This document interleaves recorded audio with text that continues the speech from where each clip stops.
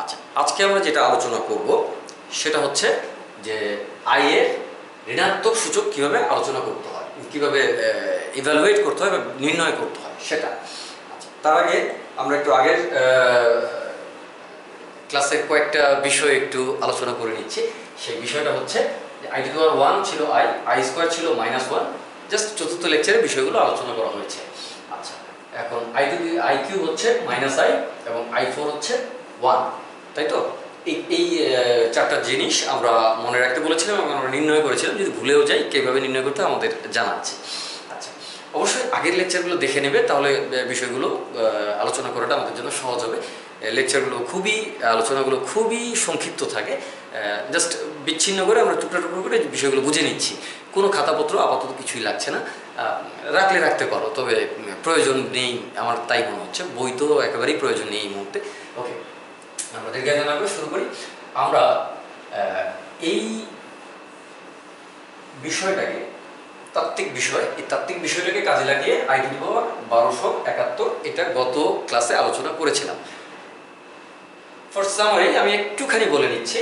সেটা হচ্ছে প্রথমে যতগুলো ডিজিটই থাকে না কেন শেষের দিক থেকে একটা দুইটা ডিজিট, ডান সাইড থেকে বামের দিকে দুইটা ডিজিটকে আগে 4 দিয়ে ভাগ করে নিতে হবে। এটা ছিল রুলটা, রুলের ব্যাখ্যাটা কিন্তু ওখানে বলা হয়েছে। আচ্ছা, তাহলে এটা ছিল 4 দিয়ে ভাগ করে নিতে হবে। 4 দিয়ে ভাগ করে নিলে এই অবশেষটা হচ্ছে ইম্পর্টেন্ট। এই অবশেষটা এখানে পাওয়ার আকারে দিয়ে দিতে হবে। অর্থাৎ আই টু দি পাওয়ার এত বড় একটা সংখ্যা, সেটা আসলে আই টু দি পাওয়ার কিউবের ইকুইভ্যালেন্ট। সেটা কেন, সেটাও কিন্তু চতুর্থ লেকচারে আলোচনা করা হয়েছে বিস্তারিত। তারপর আই কিউবের মান তো আমরা জানি -i, এখান থেকে বসিয়ে দিলাম। এবার চলে আসা যায় I to the power -1271। Same একটা সংখ্যা আমি নিয়েছি বোঝার সুবিধার্থে, আসলে কিছুই না, পরীক্ষায় যে কোনো এমসিকিউতে এটা আসতে পারে, এই ধরনের বিষয় আসতে পারে। আচ্ছা, আমরা একটু দেখি আই টু দি পাওয়ার 1271 এটাকে আমরা সর্বপ্রথম কি করবো, যেহেতু মাইনাস পাওয়ার আছে আই এর উপরে, ইমাজিনারি সংখ্যার উপরে, তাই তো? তাহলে এই মাইনাসটা কি হয়, আমরা সবসময় আমাদের ইভ্যালুয়েশন করার সময় আমরা এইভাবে চিন্তা করতে পারি। আচ্ছা, আই টু দি পাওয়ার -1 তার উপরে হচ্ছে 1271 ধনাত্মক পাওয়ারটাকে ধনাত্মক করে নিলাম, আর মাইনাস চিহ্নটাকে আলাদাভাবে ডিফারেন্টলি পাওয়ার হিসেবে আই এর উপরে দিয়ে দিলাম।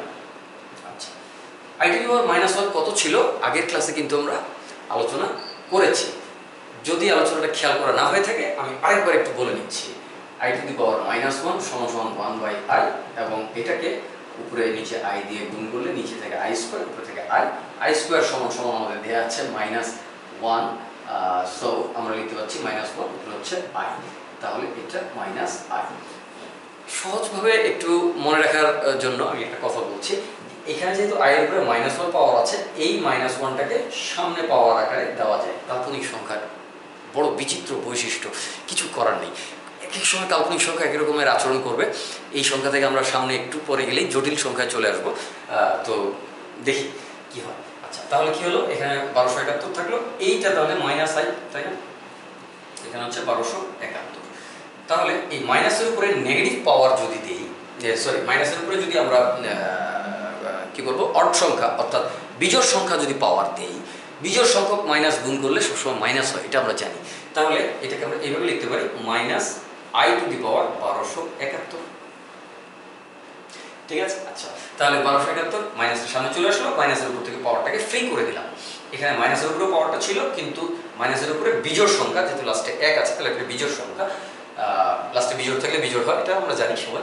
তাহলে যেহেতু বিজোড় সংখ্যা আছে, মাইনাসের উপরে বিজোড় পাওয়ার হলে মাইনাস হয়। যদি এটা 72 থাকতো, সাপোজ এরকম যদি থাকতো, 72 না 70 ধরি, 1270। 1270 হলে কি হতো, এটা আই টু দি পাওয়ার 1270 হতো। কেন? মাইনাসের উপরে জোড় পাওয়ার, তাই এটা প্লাস হয়ে গেছে, এটা হতো।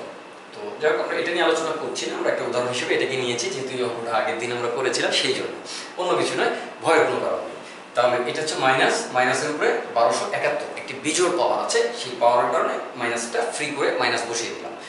যদি জোড় পাওয়ার থাকতো তাহলে এটা প্লাস বসিয়ে দিতাম।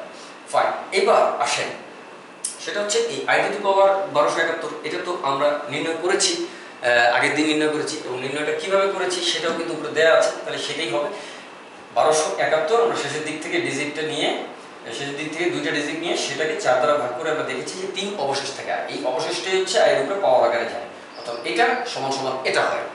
তাহলে এই জিনিসটা তো এটাই, আর এটা সমান সমান এটা, তাহলে আই কিউব হচ্ছে, আর আই কিউব মানে স্যার মাইনাস আই, তাই তো? তাহলে আই কিউব মানে হচ্ছে মাইনাস আই, যে আই কিউব সমান সমান হচ্ছে minus I, so minus I. এটা যারা ভাবছে যে আই কিউব সমান সমান মাইনাস আই কোথা থেকে আসলো, আমাদেরকে মনে রাখতে হবে কিনা, না, সেটা জাস্ট চতুর্থ লেকচারটা দেখলে ক্লিয়ার হয়ে যাবে আশা করি। তাহলে minus minus plus, so it will be I. তাহলে এটা কি হচ্ছে যে I to the power minus 1271, এটা হচ্ছে আই হবে, তাই তো? এটা হচ্ছে আই। তাহলে কি করতে হবে, এই কাজটাকে যদি আমরা সংক্ষেপে করতে চাই, এত বড় করে অঙ্ক করতে চাই না, কারণ যদি এমসিকিউতে আসে তাহলে আসলে এত বড় করে অঙ্ক করাটা একটু কঠিন, আমরা একটু সহজ করে করতে চাই। তখন আমরা কি কি কাজ করব, জাস্ট বোঝার ব্যাপারটা, এটা বোঝাটা অনেক জায়গায় কাজে লাগে, অঙ্কগুলো সহজে পারার জন্য বা শর্টকাট নিয়মগুলো, হ্যাক্সগুলো দেখার জন্য কিন্তু বোঝাটা অনেক কাজে লাগে। তো না বুঝেও কিন্তু শুধু মনে রেখে এখন যে নিয়মটা লিখে দিচ্ছি সেটা দিয়ে কাজ করা যাবে। সেই নিয়মটা এখান থেকে আমি সংক্ষেপ করে দিচ্ছি, ইনশাআল্লাহ বোধগম্য হবে। সেটা হচ্ছে আমরা দেখি I to the power minus 1271, এটা আছে, এটাকে আমরা কি বলতে পারছি, যেহেতু মাইনাস আছে তাহলে এখানে মাইনাস আই টু দি পাওয়ার কত লিখতে পারবো, 1271 আমরা লিখতে পারবো। জাস্ট এই পাওয়ারটাকে আই এর সামনে মাইনাস করে দিলেই আমাদের হয়ে যাচ্ছে, সেটা এতক্ষণের আলোচনা থেকে স্পষ্ট নিশ্চয়ই। আচ্ছা, তাহলে এটা হলো, এটা হওয়ার পরে যেহেতু মাইনাস আছে আর এখানে যেহেতু 1271 আছে, বিজোড় সংখ্যা, শেষে 1 বিজোড় সংখ্যা, তাহলে এটা মাইনাস আই টু দি পাওয়ার 1271।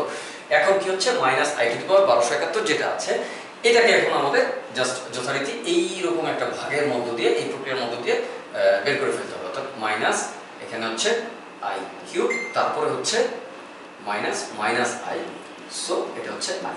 আরেকটু শর্ট করা যায় বই কি, সেটা হচ্ছে আমি এই লাইনটাকে, এই মাঝখানের এই লাইনটাকে আমি অমিট করতে পারি। পুরো সিস্টেমটা তোমরা একটু পজ করে তুলে নাও, আমি মুছে দিচ্ছি। আচ্ছা, এইবার আমরা একটু আসি, সেটা হচ্ছে I to the power minus 1271, তাই তো?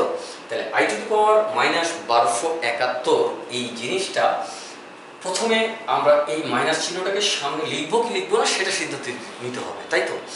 আচ্ছা, যেহেতু বেজোড় সংখ্যা আছে পাওয়ারটা, তাহলে মাইনাসটা সামনে লিখে দিলাম, আর কোনো কথা নেই। আচ্ছা, তাহলে কি হচ্ছে, এরপর হচ্ছে আই টু দি পাওয়ার 1271, সরাসরি পাওয়ারটা বসাই দিলাম। অর্থাৎ আগেরবার এখানে একটা ব্র্যাকেট দিয়েছিলাম, ব্র্যাকেট বলতে প্যারেনথেসিস, এটাকে ব্র্যাকেট বলে না, এই সেটটা হচ্ছে প্যারেনথেসিস, এইটা হচ্ছে কার্লি ব্রেসেস, আর এটা হচ্ছে আমাদের ব্র্যাকেট, যেটাকে আমরা বলি ফার্স্ট ব্র্যাকেট, এটার নাম হচ্ছে প্যারেনথেসিস মূলত, যেটাকে আমরা বলি সেকেন্ড ব্র্যাকেট, এটার নাম হচ্ছে কার্লি ব্রেসেস, আর যেটাকে আমরা থার্ড ব্র্যাকেট বলি সেটার নাম হচ্ছে আসলে ব্র্যাকেটস। ওকে, তাহলে আমরা এখানে ব্র্যাকেটটা আমরা দিচ্ছি না, না দিয়ে কি করছি, এখানে যদি বেজোড় সংখ্যা থাকে, শেষ ডিজিটটা যদি বেজোড় থাকে, তাহলে মাইনাসটা সরাসরি বসিয়ে দেবো, আর কোনো কথা নেই। আচ্ছা, তাহলে কি হলো, এরপরে তো আমরা এটা জানি যে আই, এই নীতি অনুসারে এখানে হচ্ছে আই কিউব, এখানে হচ্ছে আই কিউব হবে এটা, তারপর কি আসছে মাইনাস মাইনাস আই, যেহেতু আই কিউব মাইনাস আই সেটা হচ্ছে, তাহলে এখান থেকে মাইনাস মাইনাস হচ্ছে প্লাস, তাহলে এটা হলো আই। এটা হচ্ছে সবচেয়ে সংক্ষিপ্ত রূপটা। তবে যদি এরকম হতো, আমরা আরেকটা এক্সাম্পল একটু আলোচনা করব।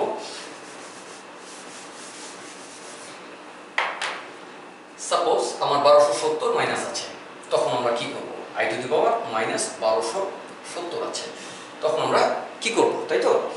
প্রথমে আমরা দেখছি এখানে একটা জোড় সংখ্যা, শূন্যকে জোড় হিসেবেই ধরি আমরা, গণিত বিজ্ঞানের পরামর্শ অনুসারে আমরা এটা করি। তাহলে যেহেতু এখানে জোড় সংখ্যা আছে, তাহলে কি হচ্ছে, এই মাইনাসটা সামনে আসবে না, অর্থাৎ আমরা লিখে দিব আই টু দি পাওয়ার 1270, এই জিনিসটা আমরা চলে আসবে। এখন 1270কে শেষের দুটো ডিজিটকে আমরা ভাগ করব, 70কে শেষের দুটো ডিজিট 70কে আমরা ভাগ করব 4 দিয়ে, সবসময় 4 দিয়ে ভাগ করতে হবে। কেন 4 দিয়ে ভাগ করতে হবে সেটা আসলে আমাদের লেকচার 4, কাল্পনিক সংখ্যার লেকচার 4-এ ডিটেল আলোচনা করা হয়ে গেছে। আচ্ছা, তাহলে এটা হচ্ছে 4 দিয়ে ভাগ করব, তো 4 দিয়ে ভাগ করলে কত হবে, 2 অবশেষ থাকবে, আমরা বুঝতে পারছি, তারপর ভাগটা করে নিই। 4 4 4 3 30 4 7 28, 28 এখানে থাকে 2, তাই তো? 2 অবশেষ থাকবে, তার মানে এটার মানে হচ্ছে আই স্কোয়ার, রাইট? তাহলে আই স্কোয়ার মানে হচ্ছে -1 স্যার, কারণ আই স্কোয়ার তো -1, এটা কেন হয়েছে চতুর্থ লেকচারে আলোচিত হয়েছে, তাহলে এটা -1 হবে। তাহলে এইভাবে আমরা সংক্ষিপ্ত উপায়ে কাজগুলো আমরা সেরে ফেলতে পাই। আর বিষয়টা হচ্ছে এরকম, ভাগ সম্পর্কে যেহেতু কথা বলছি, লেকচারটা দীর্ঘায়িত করবো না, কিন্তু একটু কথা আমরা বলে নিতে পারি। সেই জিনিসটা হচ্ছে বিশেষ করে 4 দ্বারা ভাগের ক্ষেত্রে কতগুলো বিষয় একটু জ্ঞাতার্থে দিচ্ছি, জাস্ট এটা কিছু না, অন্য কোনো কাজে লাগবে, আমাদের মূল লেকচার শেষ হয়ে গেছে সেই জন্য। আচ্ছা, সেটা কি? সাপোজ লাগে যে 1270কে আমরা ভাগ করছি 4 দিয়ে, এটা ভাগফল কত হবে, ভাগশেষ কত হবে, খুব দ্রুত বের করার জন্য যে টেকনিকটা আমরা অবলম্বন করতে পারি, ক্যালকুলেটর টেকনিকটা আমি পরে বলে দেবো নিশ্চিত। হ্যাঁ, ফিজিক্সের কিছু ক্লাস আমি কন্ডাক্ট করার চেষ্টা করব, সেখানে আমি ক্যালকুলেটর টেকনিকটা বলে দেবো, সম্পূর্ণ ক্যালকুলেটর টেকনিক বলে দেবো, ফুল ক্যালকুলেটর, নো প্রবলেম। ওকে, তাহলে এখন আমরা আসি। প্রথমে এই দুটো ডিজিটকে ভাগ করতে হয়। হ্যাঁ, অবশ্যই এটা আগেরটার চেয়ে একটু পার্থক্য আছে, কারণ আগেরটাতে কিন্তু আমরা কোষেন্ট বা ভাগফল যেটা, সেটা কিন্তু বের করে নিই, শুধু ভাগশেষটা বের করেছিলাম। এবার কিন্তু ভাগফলটাও আমরা বের করতে পারবো খুব শর্ট টেকনিকে। শেষের দুটো ডিজিটকে আপনি ভাগ করে ফেললেন, তাহলে 4 দিয়ে ভাগ করার পরে আপনি যেটা পেলেন সেটা হচ্ছে, একটু আগে আমরা পেয়েছিলাম, সেটা হচ্ছে 17, আর এটা হলো 68 হয়, যাই হোক হলো, এখানে 2 থাকলো। এখন 4 দিয়ে ভাগ করার পরে 2 অবশেষ পেয়েছেন না, এইবার এইটার অবশেষ 2 হবে। 2 হলে এই 2 এখান থেকে বাদ দিতে হবে, বাদ দিলে কত হচ্ছে, 1268 হচ্ছে, 1268 থাকলো। এইবার এখানে কত বসবে, এখানে অবশ্যই শেষের ডিজিটে 17, শেষের 2 ডিজিট 17 হবে, এই 17 এখানে বসিয়ে দিলেন। আর এই 4 দিয়ে দুটো ডিজিট আগে নিয়েছিলেন, এবার প্রথম দুটো ডিজিটকে ভাগ করেন, তাহলে 4 দিয়ে 12কে ভাগ করলে 3 হয়, এখানে 3 বসিয়ে দিলেন। যাই হোক, একটু মজা করলাম আর কি, আমরা সবাই মজা করবো, মজা করতে করতেই শিখবো। লেখাপড়াটা আসলে কঠিন কিছু না, মজা করার মাধ্যমেই আমাদের শিখতে হবে, এবং সেটাতেই ভালো পারফরমেন্স হবে ইনশাআল্লাহ। ততক্ষণ পর্যন্ত, পরের লেকচার আসার আগ পর্যন্ত সবাই ভালো থেকো, সুস্থ থেকো, আমাদের জন্য দোয়া করো। আসসালামু আলাইকুম ওয়া রাহমাতুল্লাহ।